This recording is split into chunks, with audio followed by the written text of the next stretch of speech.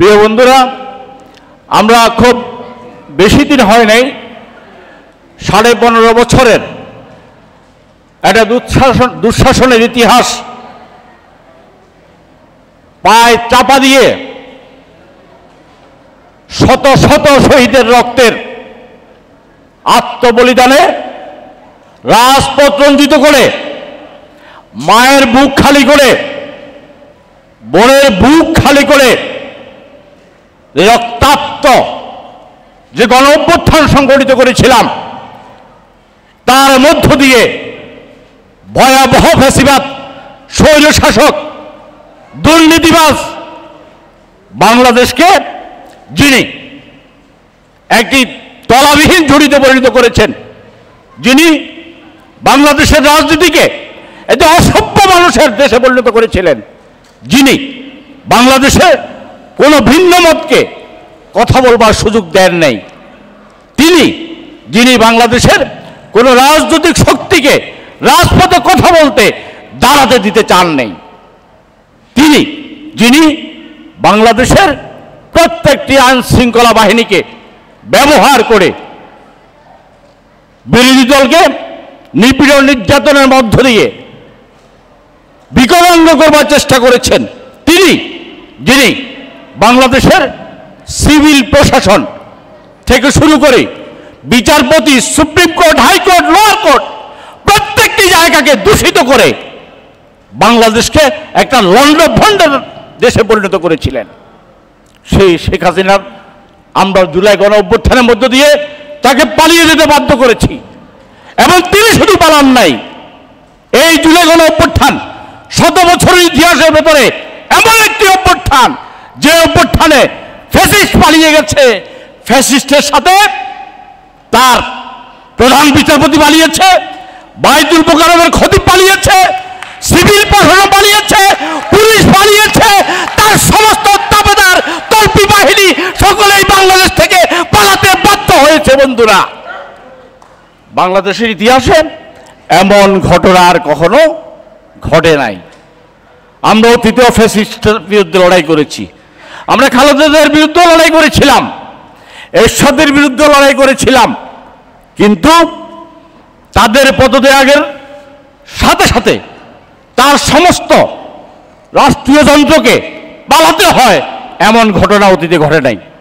অর্থাৎ শেখ হাসিনা বাংলাদেশের রাষ্ট্রযন্ত্র, বাংলাদেশের সংবিধান, বাংলাদেশের সিভিল প্রশাসন, পুলিশ প্রশাসন, বিজিবি, ডিজিএফআই থেকে শুরু করে বাংলাদেশের সমস্ত বাহিনীকে এক বিন্দুতে অবস্থান করে বাংলাদেশের সংবিধানকে অপব্যবহার করে এক ব্যক্তির শাসন, এক ব্যক্তির কর্তৃত্ববাদী শাসনে রূপান্তর করেছে, যেখানে একজনের ইচ্ছাই শেষ ইচ্ছা, একজনের কথাই মানুষের বুকে গুলি করা হয়, একজনের কথায় আমার শ্রমিককে হত্যা করা হয়, একজনের কথায় আমার ছাত্রকে হত্যা করা হয়। বন্ধুরা, সেই মানুষ আমাদের থেকে চলে গেছে, আমরা নিঃশ্বাস নিতে পারছি, আমরা কথা বলতে পারছি, আমরা দাগুর হইয়া আজকে সম্মেলন করছি। এর অবদান আবু সাইদ মুগ্ধের।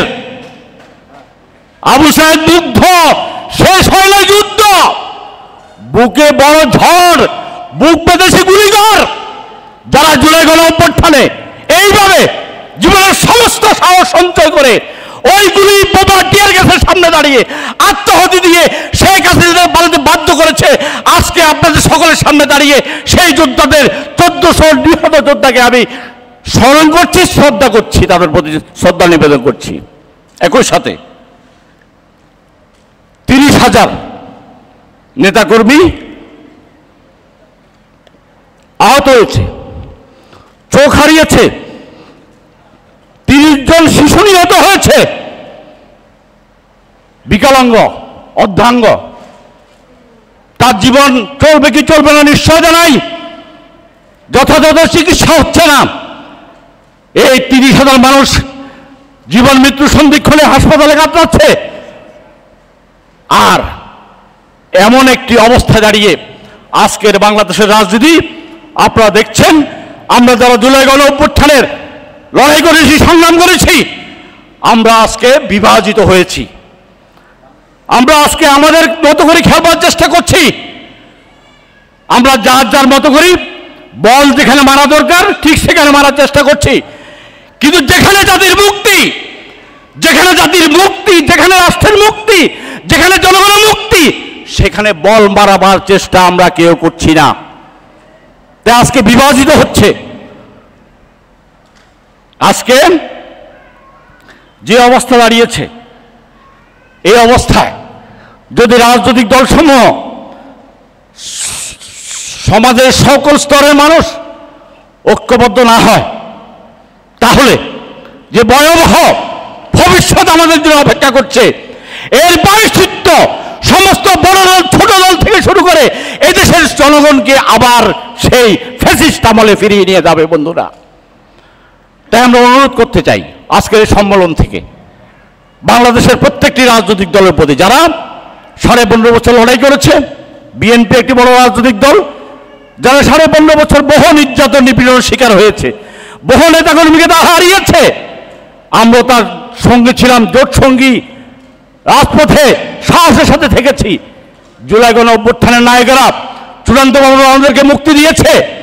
সকলের প্রতি আহ্বান জানাতে চাই, ছাত্র গণ অভ্যুত্থানের নায়কদের প্রতি, রাজনৈতিক দল সমূহের প্রতি, আপনারা পরস্পরকে যেভাবে আক্রমণ করছেন, পরস্পরকে যেভাবে ছোট করছেন, এর মধ্য দিয়ে ফ্যাসিবাদের পুনর্বাসনের আপনাদের যদি কারো কোনো পরিকল্পনা থাকে, দয়া করে সতর্ক করতে চাই, সতর্ক করতে চাই। আপনারা আপাতত মনে করছেন নিজেরা বিভাজিত হয়ে পতিত স্বৈরাচারের কারো না কারোর সাথে আপোষ করে নতুন একটি ফয়সালা বন্দোবস্ত তৈরি করবেন। যদি তাই করেন, তাহলে যে দুঃশাসনের ইতিহাস 15.5 বছরের ভিতরে কাটিয়েছেন, আগামী 30 বছর সেই দুঃশাসনের কবলে আমার এই জাতিকে পড়তে হবে বন্ধুরা। তাই সবাই সতর্ক থাকার বিষয়। আমরা ঐক্যবদ্ধের আহ্বান জানাচ্ছি, পুরো জাতিকে বলতে চাই, আসুন ঐক্যবদ্ধ হই। যে আকাঙ্ক্ষা আবু সাইদ মুগ্ধরা জাতিসংঘ উন্মোচিত করেছে, আমাদের নেতৃত্ব বলেছে, তারা বলেছে 15.5 বছরের বাংলাদেশ তারা চায় না, 54 বছরের ফ্যাসিস্টদের বাংলাদেশ তারা চায় না। তারা জুলাই গণ অভ্যুত্থানের মধ্য দিয়ে যে স্বপ্নের বীজ বপন করেছে, সেটি একটি নতুন বাংলাদেশ। সেই বাংলাদেশে লুণ্ঠন থাকবে না, হাসিনাতন্ত্র থাকবে না, হাসিনাতন্ত্র থাকবে না, লুণ্ঠনতন্ত্র থাকবে না, ওই প্রশাসন, ওই পুলিশ বাহিনী দিয়ে মানুষকে হত্যা করার তন্ত্র থাকবে না। রাষ্ট্রের মালিক হবে জনগণ। আজকে রাষ্ট্রের মালিক হয় যারা ক্ষমতা দেয় তারা। সংবিধানে লেখা আছে সকল ক্ষমতার উৎস জনগণ। আর আমরা 54 বছর দেখছি রাষ্ট্রের মালিক এদেশের জনগণ কখনো হয় না। এই দেশের মানুষকে রাষ্ট্রের মালিকানা দেওয়া হয় না। রাজনৈতিক দলসমূহ, আমরা আমাদের মতো মানুষেরা, আমরা ভোট বন্দোবস্তের মধ্য দিয়ে, আপনাদের ভোটাধিকার নিয়ে আমরা সরকার গঠন করার মধ্য দিয়ে রাষ্ট্রের মালিকানা আমাদের পকেটস্থ করি। এরপরে এই জনগণের সাথে আর রাষ্ট্রের কোনো সম্পর্ক থাকে না। এই জনগণ রাষ্ট্রের মালিকানা পায় না। এই জনগণের তার বিপদ আপদ, তার জীবন যাপন, তার কৃষি পণ্যের ন্যায্য মজুরি না পাওয়া, শ্রমিকের ন্যায্য মজুরি না পাওয়া, তার চিকিৎসা না থাকা, তার সন্তানের পড়াশোনা না থাকা, তার জীবন ধুকিয়ে ধুকিয়ে যে মরা, তার থেকে পরিত্রাণ করবার জন্য এই রাষ্ট্র কোনো বন্দোবস্ত করে না। এবং আমরা জনগণও জানি না রাষ্ট্রের কাছে আমার পাওনা কি। রাষ্ট্রের দায়িত্ব সমস্ত মৌলিক অধিকার নিশ্চিত করা, আপনার চিকিৎসা নিশ্চিত করা, আপনার সন্তানের লেখাপড়া নিশ্চিত করা, আপনার জীবন মান উন্নত করা, এই সমস্ত রাষ্ট্রের অঙ্গীকার, রাষ্ট্রের সংবিধানে লেখা আছে। আমাদেরকে বোকা বানিয়ে রাখা হয়, আমাদেরকে বলা হয় 5 বছর পর পর ভোট দেন, আমরা ক্ষমতা দেয়, রাষ্ট্রের মালিক আমরা, আপনারা প্রজা। কিন্তু না, আমরা জানি না বলে আমরা দাবি করি না। এই রাষ্ট্রের সমস্ত চাহিদা জনগণের পূরণ করবার কথা সংবিধানে লেখা আছে, কিন্তু আমাদেরকে সেই দিকে যেতে দেয় না। আমাদেরকে প্রজা বানিয়ে রাখা হয়, আমাদেরকে শাসন করে রানীরা, রাজারা। এই প্রজাদের থেকে আজকে আমাদেরকে উপলব্ধি করতে হবে আমরা সত্যিকার অর্থে রাষ্ট্রের মালিক হতে চাই কিনা। আপনারা এখানে যারা উপস্থিত আছেন, দয়া করে বলুন তো, আপনাদের জীবদ্দশায় একদিন এক মুহূর্তের জন্য মনে হয়েছে আপনি এই দেশের মালিক? মনে হয়েছে কখনো? আপনারা জনগণ, আমরা জনগণ, আমাদের মনে হয় না। আমাদের মনে হওয়ার জন্য যে অধিকার থাকতে হয় সেটি মনে হয় না বলেই আমরা বুঝি যে আমরা রাষ্ট্রের মালিক না। এই মালিকানা প্রাপ্তির জন্য আমরা বলছি রাষ্ট্রের সংস্কার লাগবে, ক্ষমতা সংস্কার লাগবে। যেই ব্যবস্থায় হাসিনা আমাদেরকে চালিয়ে দিয়েছেন, আমাদের উপর জুলুম করেছেন, হাসিনা পালিয়ে গেছেন, সেই ব্যবস্থা কি পালিয়ে গেছে? সে আমলাতন্ত্র, প্রশাসনতন্ত্র, পুলিশতন্ত্র, বিজেপি তন্ত্র, বিচারতন্ত্র, সব তন্ত্রই তো বহাল তবিয়তে আছে। তাহলে কিভাবে পরিবর্তনটা হবে? হাসিনার জায়গায় আমাকে বসিয়ে দিলে নতুন রাষ্ট্র হবে? জনগণের অধিকার হবে? হবে না। এই জন্য আমরা বলেছি, হাসিনা তুমি পালিয়ে গেছ, আজকে যে ব্যবস্থা তুমি এখানে রেখে গেছো, যে রাষ্ট্র কাঠামো সংস্কারের কথা বলা হচ্ছে, যে রাষ্ট্রযন্ত্র তুমি এখানে রেখে গেছো, সেই রাষ্ট্রযন্ত্রকেও এখান থেকে ফেলে দিতে হবে। ফেলে দিয়ে জনগণের ক্ষমতা, অধিকার, কর্তৃত্ব প্রতিষ্ঠা করতে পারে এমন একটি রাষ্ট্রযন্ত্র এখানে প্রতিষ্ঠা করতে হবে। কথাটা শুনতে যদি কষ্ট হয়, বুঝতে যদি মনে সমস্যা হয়, এটি হচ্ছে আগামী দিনের রাজনীতি। ওই যে বলেছিলাম আবু সাইদ মুগ্ধ শেষ হয় নাই যুদ্ধ, আবু সাইদ মুগ্ধ চলে গেছে। 5 আগস্ট শেখ হাসিনাকে পালিয়ে দিয়ে ওরাও দুনিয়ার থেকে বিদায় নিচ্ছে। কিন্তু ওরা এই স্লোগান ওদের উত্তরসূরিরা কেন দেয় যে আবু সাইদ মুগ্ধ শেষ হয় নাই যুদ্ধ? তার মানে হচ্ছে শেখ হাসিনা পালিয়ে যাওয়ার মধ্য দিয়ে বাংলাদেশের জনগণের যুদ্ধ শেষ হয় নাই। এই যুদ্ধ চলমান। এই যুদ্ধের মাধ্যমে যতক্ষণ পর্যন্ত আমার রাষ্ট্রের মালিকানা নিশ্চিত করানো যাবে, আমার অধিকার নিশ্চিত করানো যাবে, ততক্ষণ পর্যন্ত এই যুদ্ধ এই দেশের মানুষকে চালিয়ে যেতে হবে। বন্ধুরা, আমরা 54 বছর 4টি নির্বাচন করেছি। এই নির্বাচনগুলোর মধ্য দিয়ে ভালো নির্বাচন 91, 96, 2001, 2008 এর মধ্য দিয়ে নির্বাচিত সরকার হয়েছে, গণতন্ত্র হয় নাই। হয়েছে? প্রত্যেকটি সরকার আসার পরে আমাদেরকে আবার যুদ্ধ, আবার লড়াই, আবার রাজপথ রঞ্জিত করে আবার নির্বাচনের অধিকার আদায় করতে হয়। কেন রে বাবা? ক্ষমতা যাবেন আপনি, লাভবান হবেন আপনি, আর নির্বাচন আদায় করার জন্য লড়াই করতে হবে আমাকে, আমার সন্তানকে। কেন?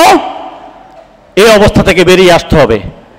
আমাকে যেন প্রতি 5 বছর পর পর রাজপথ রঞ্জিত করতে না হয়, লড়াই সংগ্রাম করতে না হয়। আমার ভোটাধিকার, আমার সমস্ত অধিকার পাওয়ার জন্য আমাকে যেন যুদ্ধ করতে না হয়, সেই জন্য নতুন রাজনৈতিক বন্দোবস্ত লাগবে। সেই রাজনৈতিক বন্দোবস্ত তৈরি করার জন্য আমরা লড়াই করছি। আবু সাইদ মুগ্ধরা লড়াই করেছে, কিন্তু দুর্ভাগ্যজনক হলেও সত্য, আমাদের রাজনীতিতে ওই পুরনো ধারায় শুধু শেখ হাসিনাকে বদলিয়ে আরেকজনকে ক্ষমতায় বসিয়ে দেওয়ার মধ্য দিয়ে শুধু ব্যক্তির পরিবর্তনের একজনের রাজনীতি করা হচ্ছে। এখানে আমরা বলছি, ব্যক্তি ক্ষমতার পালা বদলের মধ্য দিয়ে বাংলাদেশের মানুষের মুক্তি নাই। 54 বছর শুধু ব্যক্তি আর দলের পরিবর্তন হয়েছে, মানুষের মুক্তি হয় নাই।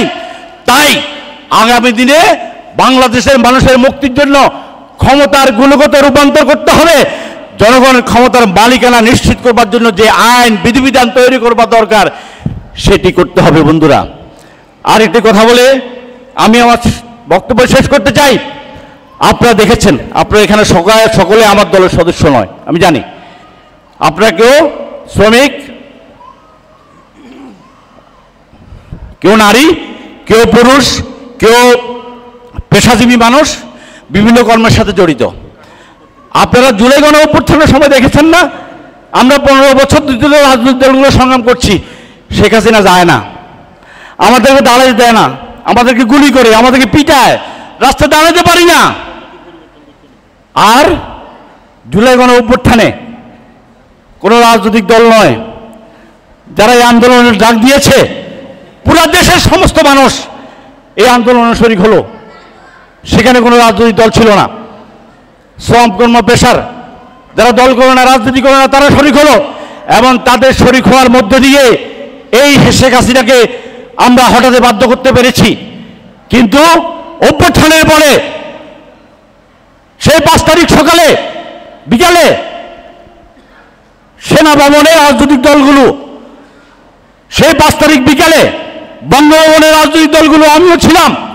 5 আগস্টের বিকালে বঙ্গভবনে আমরা কারা? আমরা আর আমার মামুরা, সেই রাজনৈতিক দল সমূহ কিন্তু যারা অভ্যুত্থান করলো, যারা লড়াই করলো, যারা রক্ত দিল, যারা শ্রম দিল, ঘাম দিল, আত্মাহুতি দিল, তারা সেখানে নাই। অর্থাৎ ফ্যাসিস্ট বদলানোর জন্য প্রয়োজন হয়, শাসক বদলানোর জন্য যদি প্রয়োজন হয়, সব মানুষকে দরকার হয়। আর ক্ষমতা দেওয়ার জন্য শুধু রাজনৈতিক দল। আমরা বলছি, আমাদের দল বলে শুধু রাজনৈতিক দলের ক্ষমতার মধ্য দিয়ে গণতন্ত্র হবে না। বাংলাদেশে যদি গণতন্ত্র প্রতিষ্ঠা করতে হয়, যে মানুষগুলো উৎপাদন করে, উন্নয়ন করে, শ্রম দেয়, ঘাম দেয়, জীবন জীবিকা নির্বাহ করে, যে মানুষগুলো মোটা দাগে কোনো রাজনৈতিক দলের সদস্য নয়, সেই মানুষগুলোকে ক্ষমতার অংশীদারিত্ব দিতে হবে। এটাকে আমরা বলি অংশীদারিত্বের গণতন্ত্র। সেই গণতন্ত্র প্রতিষ্ঠার লড়াই আমাদের চলছে। শেষ কথা বলতে চাই, আজকে গণ অভ্যুত্থানের যেই আকাঙ্ক্ষা, সেটি বাস্তবায়ন করবার জন্য অবশ্যই গণহত্যাকারীদের বিচার করতে হবে। অবশ্যই বাংলাদেশের রাষ্ট্র সংস্কারের যে দাবি উত্থাপিত হয়েছে, বাংলাদেশের রাষ্ট্র সংস্কার করতে হবে, যার জন্য ঐক্যমত্য কমিশন কাজ করছে। এই সংস্কার এবং এই বিচার একই সাথে বাংলাদেশের আগামী দিনের সরকার গঠন করবার জন্য একটি নির্বাচন দরকার। বিচার, সংস্কার এবং নির্বাচন, এই তিনটি বিষয়, একটিকে বাদ দিয়ে আরেকটি আমরা মানি না, একটিকে বাদ দিয়ে আরেকটি চাই না। এই তিনটির প্রশ্নে সমন্বিত রোডম্যাপ চাই। তিনটা কিভাবে হবে এই বিষয়ে সরকারের কাছে দাবি করছি, আপনারা রোডম্যাপ দেন। যারা শুধু নির্বাচন চায়, যারা শুধু সংস্কার চায়, তাদেরকে বলবো বিভাজন করছেন। আসুন, এই তিনটাই গণ অভ্যুত্থানের দাবি, বিচার, সংস্কার এবং নির্বাচন। এই জন্য জাতিকে ঐক্যবদ্ধ করার মধ্য দিয়ে আগামী দিনের লড়াই হবে, সংগ্রাম হবে। আমরা বিশ্বাস করতে চাই, এই জুলাই গণ অভ্যুত্থান যে বাংলাদেশ তৈরি করবার আকাঙ্ক্ষা তৈরি করেছে, যে বাংলাদেশের স্বপ্ন তারা দেখিয়েছে, এই বাংলাদেশের স্বপ্ন যদি কেউ চুরমার করে দিতে চায়, তারা এই শেখ হাসিনার ভাগ্য বরণ করবে। অথবা এভাবে বলতে চাই, আজকে যদি এই আকাঙ্ক্ষা কোনো কারণে পরাজিত হয়, কাল অথবা পরশু অথবা আগামী দিন এই জুলাইয়ের বাংলাদেশ, গণ অভ্যুত্থানের বাংলাদেশ, নতুন চেতনার বাংলাদেশ, এটি তৈরি হবেই। এবং সেই জন্য এই দেশের মানুষকে প্রস্তুত হওয়ার আহ্বান জানিয়ে আমি আবার আপনাদেরকে কৃতজ্ঞতা এবং অভিনন্দন জানিয়ে আমার বক্তব্য শেষ করছি। সবাইকে ধন্যবাদ।